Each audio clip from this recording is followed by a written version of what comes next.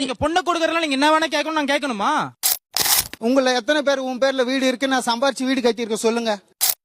அநியாயத்துக்கு ஆசைப்படக்கூடாது சார். அப்ப நாங்களா கல்யாணமே பண்ணிக்காம எப்படி சார்? அப்ப பொண்ணை பெற்றவன் வீடு இல்லாதவனு வீடை பொண்ணை கொடுத்துட்டு நடு ரோட்ல வாடகை வீட்டுல லைஃப் ஃபுல்லா இருக்கணுமா? பரம்பரை வீடு கண்டிப்பா இருக்கணும், அதுவும் இண்டிவிஜுவல் இருக்கணும், ஃபிளாட் இருக்கவே கூடாது. கிரீன் கார்டு ஹோல்டரா இருக்கணும் யுஎஸ்ல. நீங்க ஏன் இஎம்ஐ இருக்கும்போது கல்யாணம் பண்ணிக்கிறீங்க? எனக்கு ரொம்ப காண்டாவுது அப்படின்னு சொல்றாரு. நீங்க எவ்வளவு பொண்ணு பாத்துறீங்க? நான் ஒரு 40 to 50 பொண்ணு பார்த்தேன். 40 to 50 பொண்ணு பார்த்தேன். 40 to 50 பொண்ணு பாத்துறீங்க? ஆமா.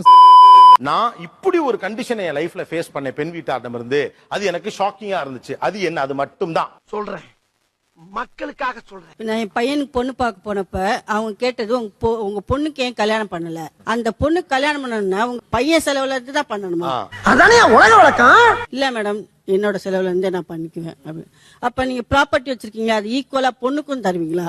ஆமா, பொண்ணும் நான் பெத்த குழந்தைதான் அப்படின்னு சொன்ன பிறகு அப்படிங்களா அப்படின்னு போன் வச்சு. அந்த செலவு பையன் தலைக்கு போகுமா அப்படிங்கறத அவங்க கேட்டது உங்களுக்கு ஷாக். கூடாது, ப்ராப்பர்ட்டி பொண்ணுக்கு போக கூடாது.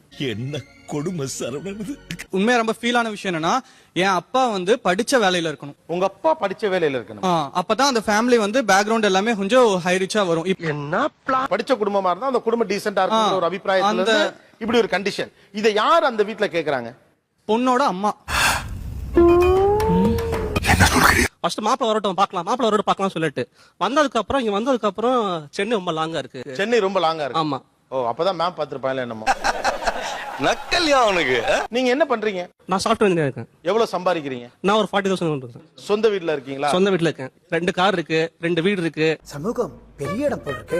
வீட்டு வாடகை 30,000 வரும். வீட்டு வாடகை தனியா வீடு வாடகை வரும். ஏங்க செம மாப்பிளையா இருக்கீங்களே, ஏன் உங்களுக்கு ரிஜெக்ட் ஆகுது? நிறைய போட்டோ கேட்டுச்சு.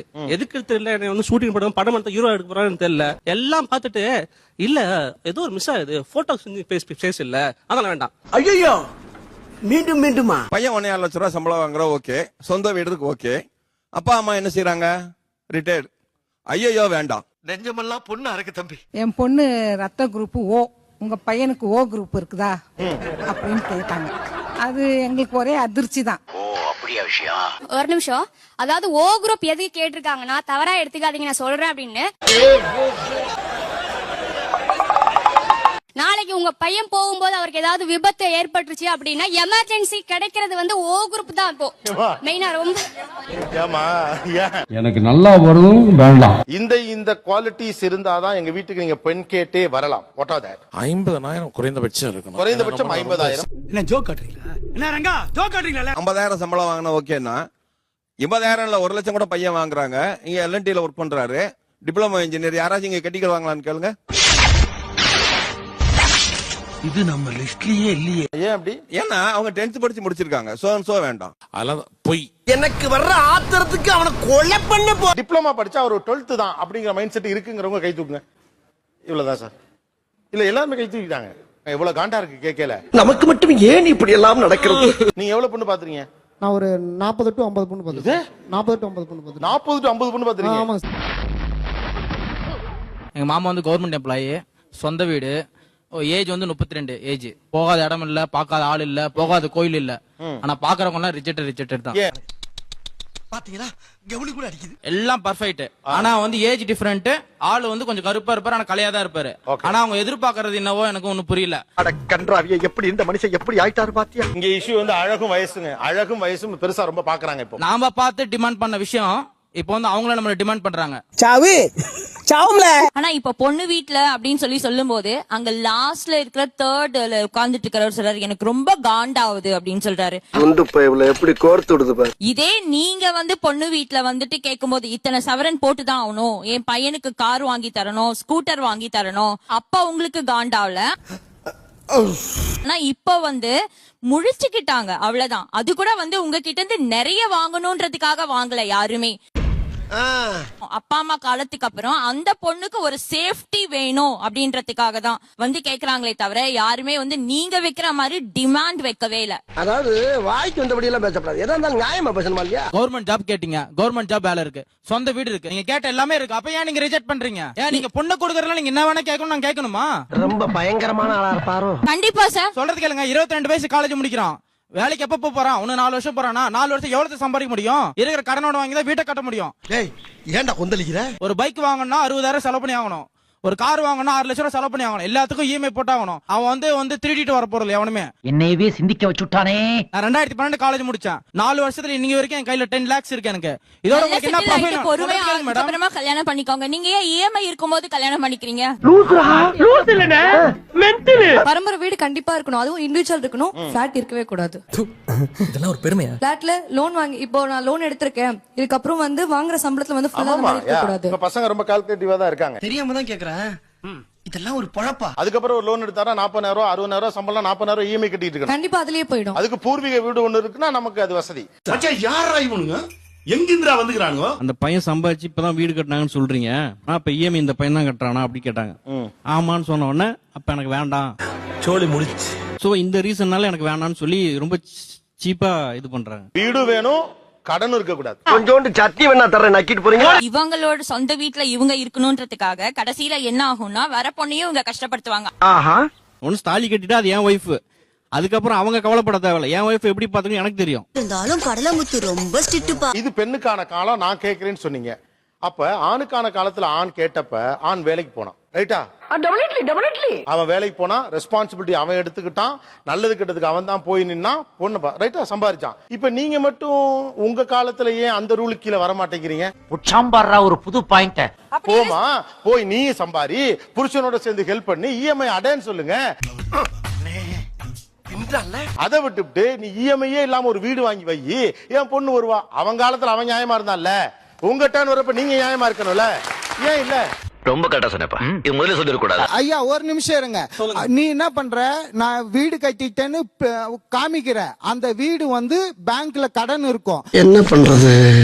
அந்த வீட்டை அடிக்க 30 வருஷம் இல்ல 25 வருஷம் ஆகும். என் மக சம்பாத்தியம் பண்ணுவோம். அந்த வீட்டுல வந்து உன் பேர்ல இருக்கும் இல்ல உங்க அப்பா பேர்ல அந்த வீடு இருக்கும். சபாஷ், சரியான போட்டு. குழந்தைய பெத்து வளர்த்து ஆளாக்கி படிக்க வச்சு அதுக்கப்புறம் உன்னை கட்டி கொடுத்த பிறகு நீ வந்து சொகுசா வாழணும்னு நினைக்கிற. அதுதானே உண்மை.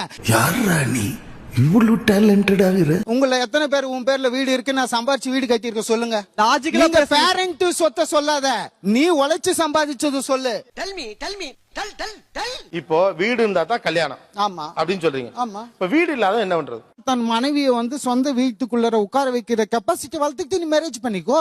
அப்படி பாரு, சூப்பர் சீனரி. அப்ப பொண்ணை பெத்தவன் வீடு இல்லாதவனு வீட பொண்ணை கொடுத்துட்டு நடு ரோட்ல வாடகை வீட்டுல லைஃப் ஃபுல்லா இருக்கணுமா?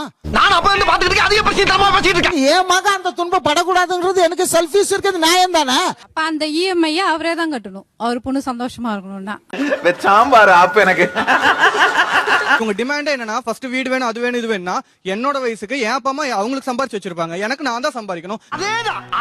நான் 50,000 ரூபாய் சம்பாதிக்கிறேன் அப்படின்னா 20,000 ரூபாய்க்கு லோன் கட்டலாம்னு பிளான் போடுவேன். பொண்ணு வந்தா வேலை செஞ்சா செய்யட்டும், செய்யாட்டி அவங்க இஷ்டம். சப்போஸ் அவங்க செய்யல அப்படின்னா என் பொண்டாட்டி பிள்ளை எனக்கு எப்படி வச்சு காப்பாத்தணும்னு தெரியும். வித்து தும்பேன், வெக்கமா இல்ல? வித்துட்டு நான் நல்ல வாடகை வீட்டுக்கு கூட்டு போ. அவங்க பொண்ணை நான் சந்தோஷமா வச்சுக்கணும். அவங்களுக்கு செக்யூரிட்டி வீடு வேணும், வீடு இருந்தா தான் சந்தோஷமா இருப்பாங்கன்னு நினைச்சாங்கன்னா அது சந்தோஷம் கிடையாது. அப்படியா? அவருடைய கன்ஃபெஷன் ஸ்டேட்மெண்ட் ஒண்ணு இருக்குல்ல, இதெல்லாம் ஓம் பிரச்சனையா? ஏன் மக கஷ்டப்படக்கூடாது? ஒரு அப்பா அப்படித்தான் நினைப்பா, நாளைக்கு நீங்களும் அப்படித்தான் நினைப்பீங்க. என்ன எண்டு டைலாக் ஏடா கோடமா இருக்கு. இந்தந்த விஷயங்கள் இருந்தால்தான் எங்கள் வீட்டிற்கு நீங்கள் பெண் கேட்டே வர முடியும். What is that? Green card ஹோல்டரா இருக்கணும் யுஎஸ்ல. சென்னையில யூஜி பண்ணிருக்க கூடாது. What is? இது ரொம்ப வித்தியாசமான கண்டிஷனா இருக்கு. What is? இங்க லெவல் ஆஃப் எக்ஸ்போஷர்ங்கிறது வேற மாதிரி இருக்கு. 1.5 lakhs கண்டிப்பா நெட் salary இருக்கணும். It's not a gross. 1.5 lakhs net salary இருக்கணும். அப்புறம் வந்துட்டு கார் இருக்கணும். அப்புறம் இண்டிவிஜுவல் ஹவுஸ் இருக்கணும். ஒண்ணே பொம்பளைன்னு பாக்குறீங்க இல்லனா எஸ்ஸுக்கு பசங்க வாய்ப்போ. ஆஃப்டர் மேரேஜ் இஃப் பாசிபிள் ஏதாவது அப்ராட்ல இது கிடைச்சதுன்னா they have to go and settle over there. Okay, வெளிநாட்டுல போய் செட்டில் ஆகணும். ஆமா. எந்த நாடா இருந்தா ஓகே? யுஎஸ் இருந்தா ரொம்ப நல்லா. யுஎஸ். இவ்வளவு கேவலமான விஷயத்தை எவனாவது வெளியே சொல்லுவானாயா? என் டாட்டர் வந்து இப்போ வந்து மெடிசன் படிக்கிறாங்க. செகண்ட் இயர்ல இருந்து தேர்ட் இயர் போயிட்டு இருக்காங்க. டாக்டருக்கு படிக்கறாப்ல. ஆமா. ஓகே. அவங்க படிக்கிறாங்க, அந்த இதுக்கு ஏத்த மாதிரி இருக்கணும் அப்படின்றது. ஏங்க அப்பா ரொம்ப லென்த்தா இருக்கு. முடி இருக்கணும், பழுக்கையா இருக்க கூடாது. அப்பா மாதிரி இல்லாத ஒரு ஆளா தேர்ற நீ. மாம் அந்த விஷயத்தில் ஜாக்கிரதையாக நாங்கள் இருப்போம். சார் ஒரு கவர்மெண்ட் மாப்பிள்ளையா வரணும். அரசாங்க உத்தியோகம், அதுக்கப்புறம் ஒரு சொந்த வீடு இருக்கணும். சொந்த வீடு. நம்ம வீட்டுக்கு வந்த பிறகு எல்லாம் நம்ம பையன் மாதிரி இருந்துக்கணும். டயலாக கவனிக்கணும். நம்ம வீட்டுக்கு வந்த பிறகு ஆமா சார். சொல் பேச்சு கேட்டு நடக்கணும். நல்ல வேலைப்பா, எனக்குலாம் கல்யாணம் ஆயிடுச்சு. அப்ராட்ல படிச்சிருக்கணும், அப்படி இல்லைன்னா அப்ராட் ரிட்டனா இருக்கணும். அப்ராட்ல படிச்சிருக்கணும், இல்லாட்டி அப்ராட் ரிட்டனா இருக்கணும். என்னடி கலர் கலரா ரீலா விடுற? எல்லாருமே அது மாதிரி இருக்க முடியாது. இவங்க கேக்குற ப்ரொஃபைலே எல்லாருமே இருக்க முடியாது. மெட்ரோமாக்ஸ் லைட்டே தான் வேணும்னா எப்படி சார் முடியும்? இப்படியும் இருப்பாங்க, அப்படியும் இருப்பாங்க இல்லையா? உண்மை கரெக்ட். இந்த 2 வருஷத்துல நாங்க 10 பொண்ணுக்கு மேல 10-12 பொண்ணுக்கு மேல பாத்திருப்போம். என்னப்பா சொல்ற? அதாவது ஃபர்ஸ்ட் எல்லா விஷயம் கேக்குறது வந்து கிரீன் கார்டு அமெரிக்கால மெயினா. எனக்கு அது சொன்ன உடனே கோவம் வந்துருச்சு. காலம்புறம் உனக்கு கல்யாணம் நடக்காது. எங்க தலைக்கு எவ்வளவு தில்லு பத்தியா? 50,000, அதாவது ஒரு 27 வயசு பையனுக்கு எந்த கவர்மெண்ட் 50,000 சேலரி தருதுங்கிறது எனக்கு தெரியல. கரெக்ட், நியாயமான பேச்சுப்பா. இப்ப இவங்க என்ன பண்ணணும், இது வந்து எனக்கு சூட் ஆகாதுன்னு சொல்லி நீ வேறதான் பாக்கணுமே தவிர நீ பொண்ணு வீட்டை வந்து நம்ம நியாயம் பத்தி மட்டும் தான் பேசுறோம். 1000 பேரை பாத்துருக்கிறேன், ஆனா உன்ன மாதிரி ஒரு டுபாய் கூட நான் பார்த்ததே இல்ல. இது வரைக்கும் நாங்க வாடகை வீடு தான். எங்க அம்மா ஒரு விஷயத்துக்கும் பேக தூக்கிட்டு எங்களால முடியும். அதே கஷ்டம் நான் படக்கூடாது. என்ன கொடுமை சரவணன். அநியாயத்துக்கு ஆசைப்படக்கூடாது. அப்ப நாங்கள கல்யாணமே பண்ணிக்காம எப்படி சார்?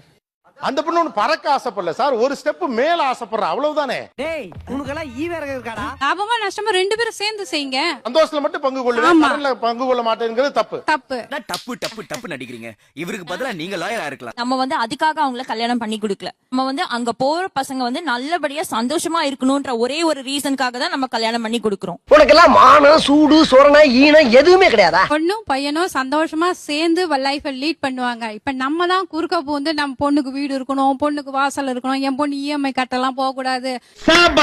சரியான போட்டி. நான் பேரண்ட்ஸ் உள்ள புகுந்து ஏன் ஆட்டையை கலைக்கிறீங்கன்னு கேக்குறேன். ஏன்னா வந்து இப்ப நம்ம பொண்ணு சம்பாரிச்ச காசு அவன் பேர்ல சொத்து ரெஜிஸ்டர் ஆகுதுன்றதுதான் பிரச்சனை இல்ல பேரண்ட்ஸ். ஐயோ ஐயோ, அப்படி எப்படிமா உங்க பேர்ல இப்ப வந்து பொண்ணு பையன் 2 பேர் பேர்லயும் சொத்துனா பேரண்ட்ஸ் ஒத்துப்பாங்க. அப்படிதான். பொண்ணுக்கு நகை போட சொன்னா கூட பரவாயில்ல, ஏத்துக்கலாம் சார். பொண்ணோட அம்மாளுக்கு சேர்ந்து போட சொல்லுங்க சார். என் சர்வீஸ்ல இந்த மாதிரி ஒரு கேவலமான ஜென்மத்தை நான் பார்த்ததே இல்ல சார். பொண்ணுக்கு 40 பவுன் போட்டா சார், அம்மாளுக்கு கம்பல்சரி ஒரு 10 பவுனாவது போடணும். அப்போ கேஷா வந்து ஒரு 2 லட்சம் ரூபாய் கொடுக்கணும். இது என்ன இது? அரே நீ அப்பா. ஆக்சுவலா நிறைய பேர் இதை நம்புறதுக்கு ஒருவேளை சந்தேகப்பட வாய்ப்பு இருக்கு. பட் அவர் சொல்றது கிரவுண்ட்ல இது ரியாலிட்டி. ஷாக்கிங்கா இருக்கா? பட் மேற்கு மாவட்டங்கள்ல தமிழகத்துல இது நடக்குது. ஐயோ, ஒருத்தங்க அவங்க அம்மா பாக்குறாங்க, அவங்க அம்மா வெற்றி பின்ன கூட நமக்கு 5 பவுன் கன்ஃபார்ம். இங்க சைடுல ஒன்று நடக்குது கீழே. சிரிக்கிறானி வெக்கமா இல்ல?